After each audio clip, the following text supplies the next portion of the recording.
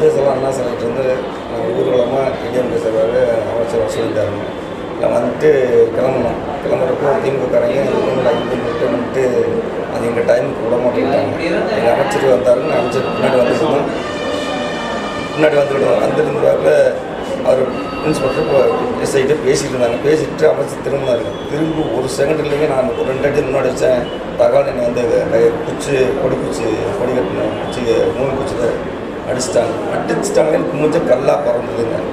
கல் ஏகப்பட்ட யார் எரிஞ்சாங்க? திமுகக்காரங்க அடித்தது. திமுக கொடி கட்டி தான் என்னை அடித்ததுங்க. குச்சி அடித்து கல் விசிறு வந்து திமுகக்காரங்க படப்படப்படப்படன்னு விசிற ஆரம்பிச்சிட்டாங்க. எனக்கு அப்படியே அடித்து ரத்தம் வரவும் டிக்கியில் உட்காந்துட்டேன். எங்கள் கட்சிக்காரங்க மட்டும் என்னை கூப்பிட்டு விஜயம் ஹாஸ்பிட்டலில் அமராவதி மருத்துவமனை சேர்த்துருக்காங்க. இறுதிக்கட்ட பிரச்சாரத்தை எம்ஜிஆர் அண்ணா சிலையிலிருந்து புறப்பட்டு பேரணியாக செல்லலாம்னு சொல்லி நாங்கள்லாம் ரெடி பண்ணி போயிட்டுருந்தோம். போனதில் திமுகவினர்கள் அவங்க வந்து அண்ணா சிலைக்கிட்ட நின்றுருந்தாங்க. நாங்கள் பேரணி நாங்கள் கிளம்பி வச்சுட்டு நாங்கள் வந்துட்டு இருந்தோம்.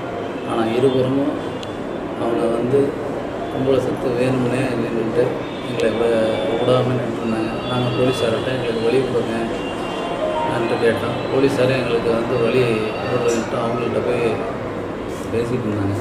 பேசிகிட்டு இருக்கிறத கற்கள் அடித்து இதில் போலீஸ்கார் உட்படவே அவர் காயப்படுத்திருக்காரு. அவரையும் அடிச்சிட்டாங்க. அதில் கல் அடித்தோன்னே கல் அடிக்கிறான்ட்டு நாங்கள் வந்தோம். கட்டையில் இருந்து அடித்து கையில் எனக்கு ப்ராப்பர். அதே மாதிரி 6வது வார்டு செயலாளர் தருமலைங்கன்னு சொல்லிட்டு அவர் என் கூட இருந்தார். அவருக்கு நெத்தியில் நல்லா அடி மண்டை உடஞ்சி அவருக்கு 7-8 தையல் போட்டுறதா சொல்லி சொல்கிறாங்க. நம்ம அதை பார்க்கல. ஆனால் இதுக்கெல்லாம் முழு காரணம் முன்னாள் திமுகவுடைய சேர்மன் கவிதா தான் ஃபஸ்ட்டு கல்லில் அடித்தது.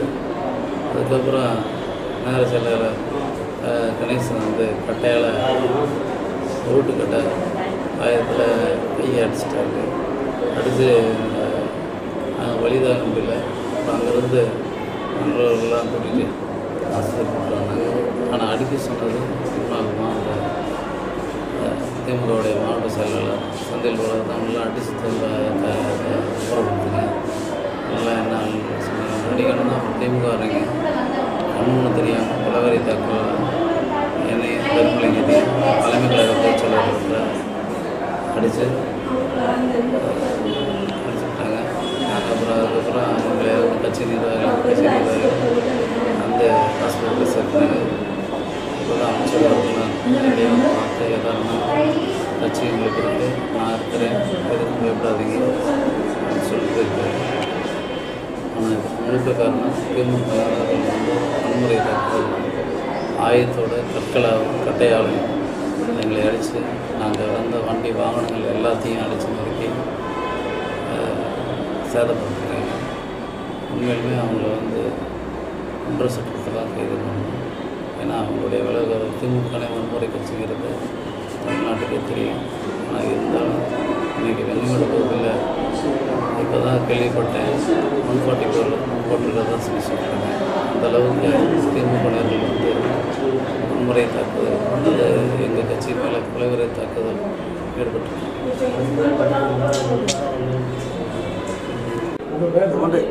என் பேர் கரூர் கோபிங்க. அதிமுகவில் பேச்சாளராக இருக்கேன். தலைமை கழக பேச்சாளர். வெங்கமேடு இன்னைக்கு இறுதிக்கட்ட பிரச்சாரத்துக்காக நான் காரில் போயிருந்தேன். போகிற பொழுது அந்த வெங்கமேட்டில் போய் நாங்கள் அண்ணா எம்ஜிஆர் சிலையிலேருந்து அங்கேருந்து ஊர்வலம் திருப்பி கிளம்பிச்சு. அப்போ அங்கே நின்றுக்கிட்டு இருந்தோம். பிரச்சார வண்டியிலேருந்து இறங்கி நான் யூரின் போகிறதுக்காக ரோட்டை கிடந்த பொழுது திமுகவை சார்ந்த 6 பேர் கொண்ட கும்பல் என்னை கடுமையாக இரும்பு கம்பி கட்டைகளில் அடிச்சிருக்காங்க. இது கட்டையில் அடித்ததுனால அந்த சிமெண்ட் கட்டை சென்ட்ரு மீடியா இருந்து அதில் நான் இந்த பக்கம் கீழே விழுந்ததுனால அவங்க ஓடிட்டாங்க. அந்த நிகழ்வில் அங்கே இருக்கிற பொழுது கவிதா கணேசன், சம்பத், வெங்கமேடு சம்பத்து, கரூர் கணேசன், நாஞ்சில் சம்பத்து, செந்தில் பாலாஜி உள்ளிட்ட அத்தனை பேர் அங்கே இருந்தாங்க. அதற்கு பிறகு இது நான் ஒரு 2 தினங்களுக்கு முன்பாக வெங்கமேட்டில் 2 மணி நேரம் ஒரு கடுமையான பிரச்சாரத்தை செய்ததன் விளைவாக என்னை குறிவைத்து தாக்கினார்கள். அவர்களுக்கு அதில் தோல்வி பயம், தேர்தல் தோல்வி பயம் வந்தவுடனே இந்த மாதிரி நிர்வாகிகளை தாக்குகிற வேலையில் ஈடுபட்டிருக்கிறார். நேற்று கலெக்டருக்கு நள்ளிரவும் கொலை மிரட்டல், அதுக்கப்புறம் கலெக்டர் கூட மாவட்ட ஆட்சியர் கூட கொலை மிரட்டல் வந்திருக்கு. அவர் இன்னைக்கு டிவியில் மதியானம் அந்த செய்தியை பார்த்து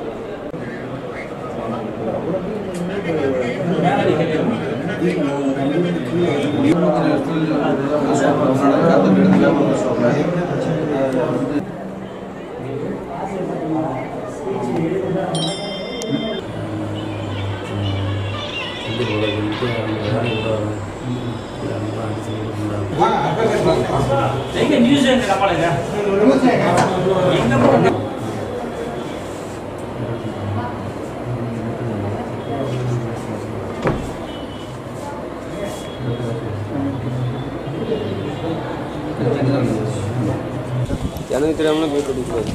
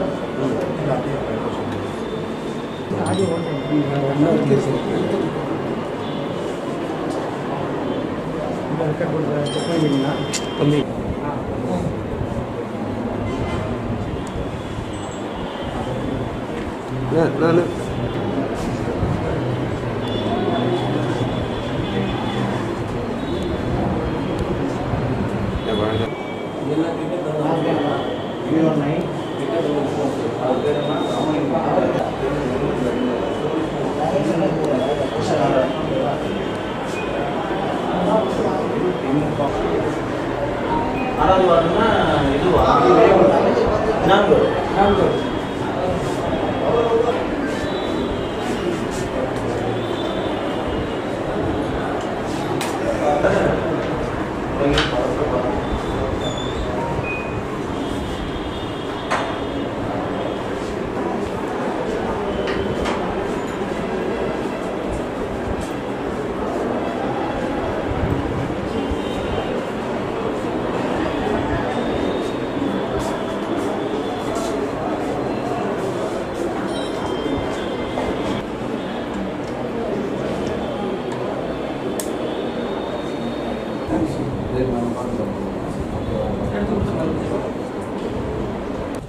அவர் எடுக்கிறதே டெலிட் பண்ணியிருக்கோம்.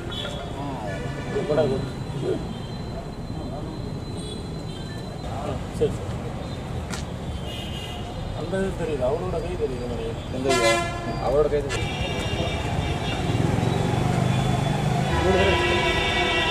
ஃப்ரெண்டு